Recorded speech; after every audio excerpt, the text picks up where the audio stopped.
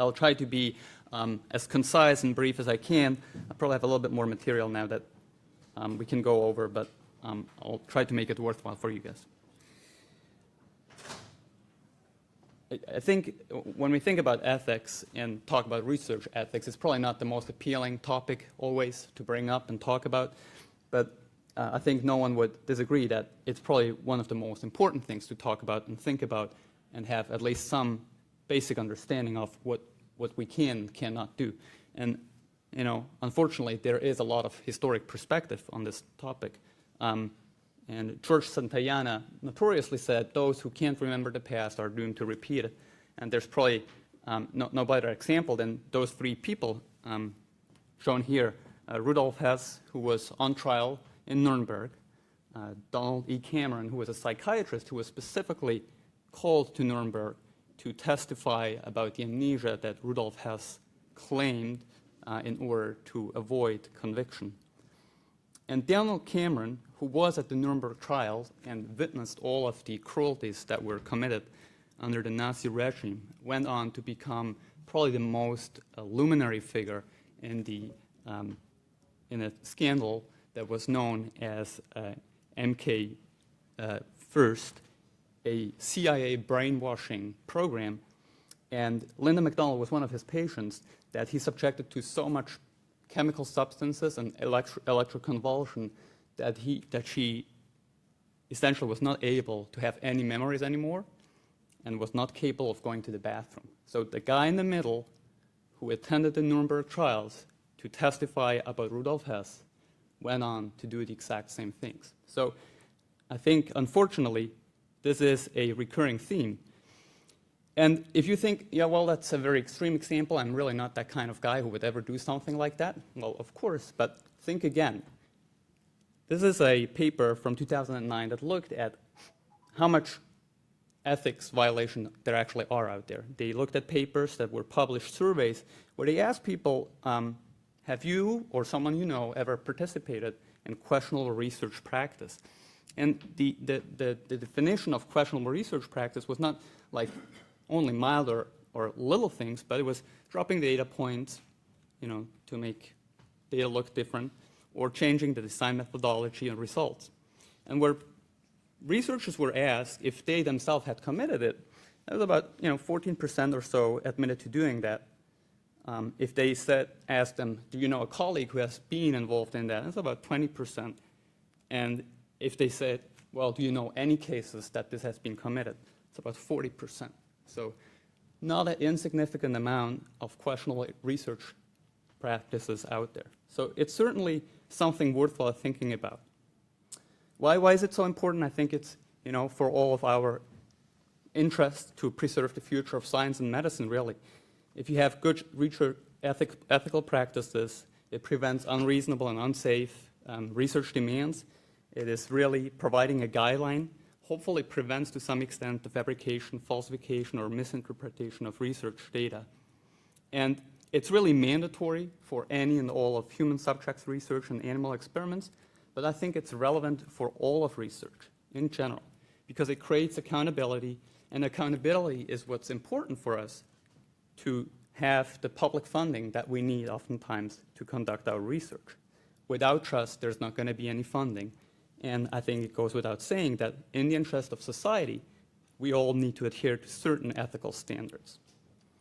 So it really goes across the spectrum of research where ethics is involved. It starts with the study design, the informed consent, the importance of the right to withdraw of subjects from human subjects research, taking that into consideration that you might lose some patients because of that, the risk versus the benefit, and the funding of your research. It continues with data collection and storage. The usual pitfalls there are the confidentiality and logistics of storing data. Data analysis, a very common point where people try to take shortcuts or find some other ways to make their data look better or different. Even involuntarily making data look different is not a good thing to do, obviously. The reporting, we heard some of that before, plagiarism, fabrication, falsification. There's an endless list of things that are being done almost on a daily basis, probably, unfortunately, and something that we really need to think hard about where we draw the line and how we can be better about not doing that. The review process, also a point where ethics comes into play. Keep in mind that people who review, if you review, you're the gatekeeper of the scientific literature, so you have a certain responsibility, and you may be immediately affecting the promotion of an individual. So a lot of research and a lot of different parts of research are immediately touched on by ethics. The problem with ethics sometimes is a little bit that people say, well, it's something that, it's not very well circumscribed, and it's really just a matter of opinion. And it is a problem that there's probably not a universal truth out there, right? There's values that all can agree upon? Probably not. So there's just 3 different school of thoughts that have tried to tackle that in different ways. There's the deontological approach, where it's really a black and white matter, where people say there's ethically correct things to do and there's ethically wrong things to do. This is not commonly found in biomedical ethics, and it's, as you can imagine, a very hard stance to take. Ethical skepticism and relativism is a little bit a more mellow approach. It says that there's no universal ethical standard and leaves a lot of room for interpretation. And the most commonly adopted way of dealing with ethics question is the utilitarianism, where essentially the achievement should be the greatest good for the greatest number. It is very common in bioethics. It serves well the general mission of helping the public, but it's also important to point out that even with utilitarianism, oftentimes the individual rights are highly protected. I will go quick over these things. Those are just some of the foundations where bioethics is coming from. The Nuremberg Code, which was finally developed after the Nuremberg trials that I mentioned earlier. The Helsinki Declaration, which was sort of built on the Nuremberg Code because there were some questions about the Nuremberg Code itself because it had started prior to the Nazi regime. Then the Belmont Report, famously in the United States, after a study where African Americans were not given treatment for syphilis to study the natural course of it, added additional parts. And then there's the CIOMS report, and finally in 2005, the UNESCO also had a declaration on bioethics and human rights. So a lot of different information out there, all touching essentially on the similar topics of biomedical ethics. What are some of the most common things that are seen about ethical misconduct? It's essentially neglecting the rules, plagiarism, as we heard before, falsification of data and reporting, as I've shown in my second slide, not an uncommon thing to find, authorship conflicts, and essentially breach of confidentiality in protected data. I'm going to just quickly touch on 2 of these areas of research ethics, the human subjects research and the professionalism topics. The other parts, the animal research, the moral debates, all great subjects to talk over a good glass of wine for endless hours, but probably not suited for a short presentation on research ethics and conduct. So how do you avoid ethical dilemmas? Well, it's pretty simple. Avoid the rules, be good, right? As it comes to human subjects research, heavily regulated these days by IRBs. Most institutions have a defined mechanism to get human research subjects research approved. As far as the professionalism goes, know your rights and know your responsibilities, and know that you will be held accountable. That goes for all these parts: authorship, IP rights, confidentiality. The IRB purposes are relatively straightforward. They are essentially meant to imply certain ethical principles and guidelines to assist the investigator in examining the ethical implications and to make sure they stay on track with their research projects. Human subject research is really anything where data is collected from individuals or where there's any identifiable private information. All this is usually considered human subjects research. So it's a pretty wide definition, and that's why a lot of studies will eventually need IRB approval. The core ethical requirements for human subjects research is threefold. It's respect for autonomy. You need to get informed consent. Beneficence, do no harm, and justice, a fair distribution of burdens and benefits that are inherent to any research project. The IRB, again, usually reviews and approves or disapproves all research activity at your institution.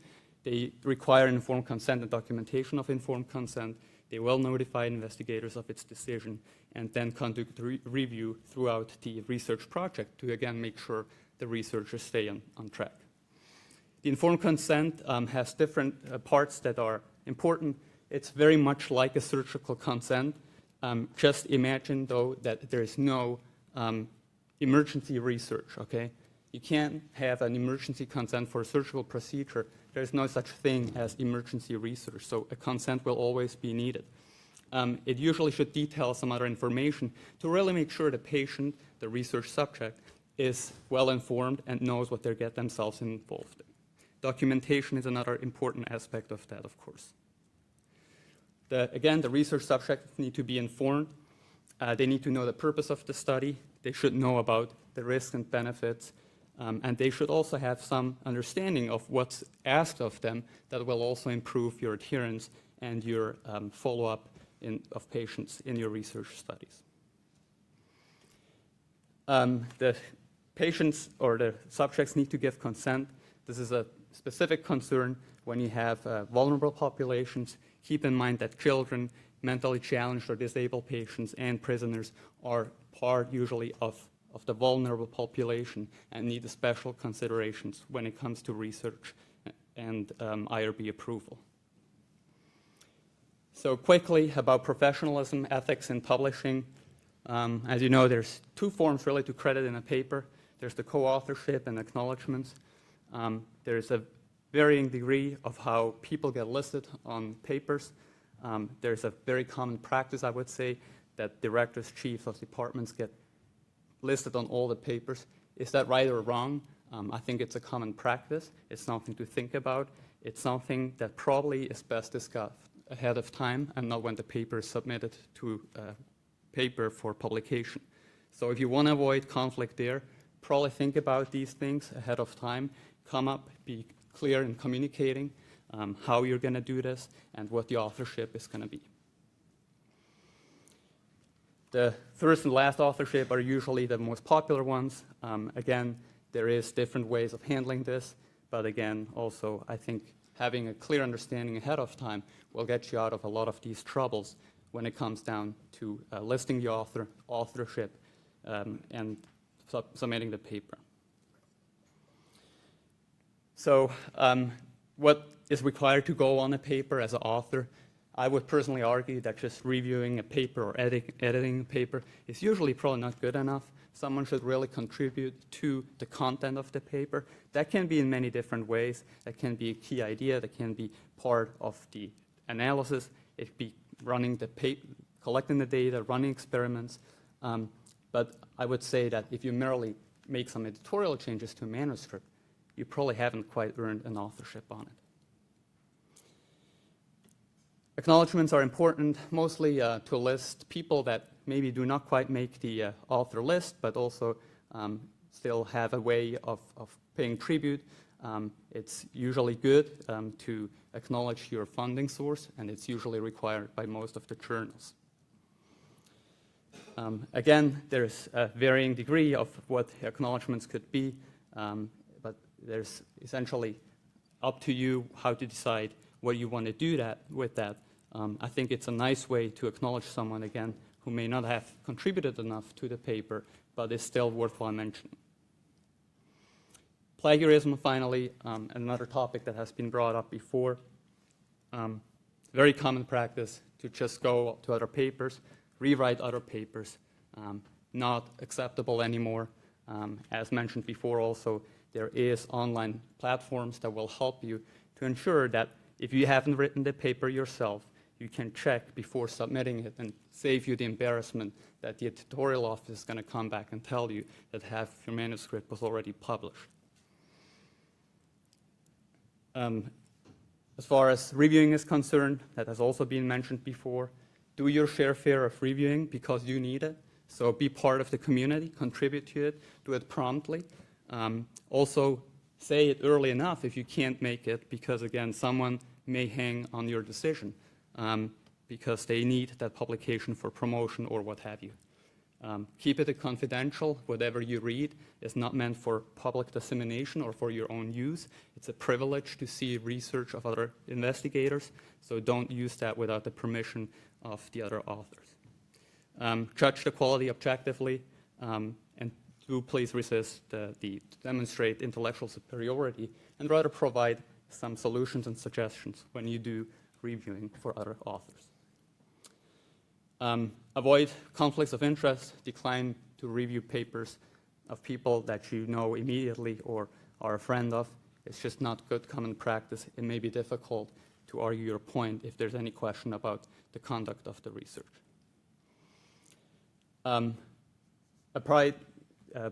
Provide adequate support for your judgments. If you go through a paper, include citations. That obviously requires that you know the literature and that you can point out missing citations. I think there's tremendous value in doing that and sort of building a cohesive story across the larger community. Call out the attention of the editor if there's any substantial similarity with other manuscripts, if manuscripts have partially been published before, if they are being published again with essentially the same data. So I think the editorial office will depend on you as a reviewer to partake in that mission to have a certain ethical standard in publishing as well. It should go without saying that these things are not acceptable under any circumstances. It's unfortunately one of the things that happens probably every day. Trimming, cooking, or forging of data. People do take out values they find not fitting. They may fit new data points to make it look better, or they just find other ways to have the story fit better their purpose. The problem maybe with that is also that there is very famous liars that have done real well for themselves, right? Mendel cleaned up genetics data, famously so. Kepler fabricated data on elliptical orbits. Pasteur lied essentially in public demonstrations of his experiments. So, Buk-Suk Hwang, fake cloning of human stem cells in Korea. So it happens. And all these people have done really well for themselves. So it may be tempting to say, well, if they got away with it and they were right eventually, it's okay if I maybe, do a little bit something to make my results look better because I know my data is correct. Don't do it. Familiarize yourself with the Institutional Review Board and the Ethics Committee. Don't cheat, don't lie. Thank you, Mama, for a good lesson.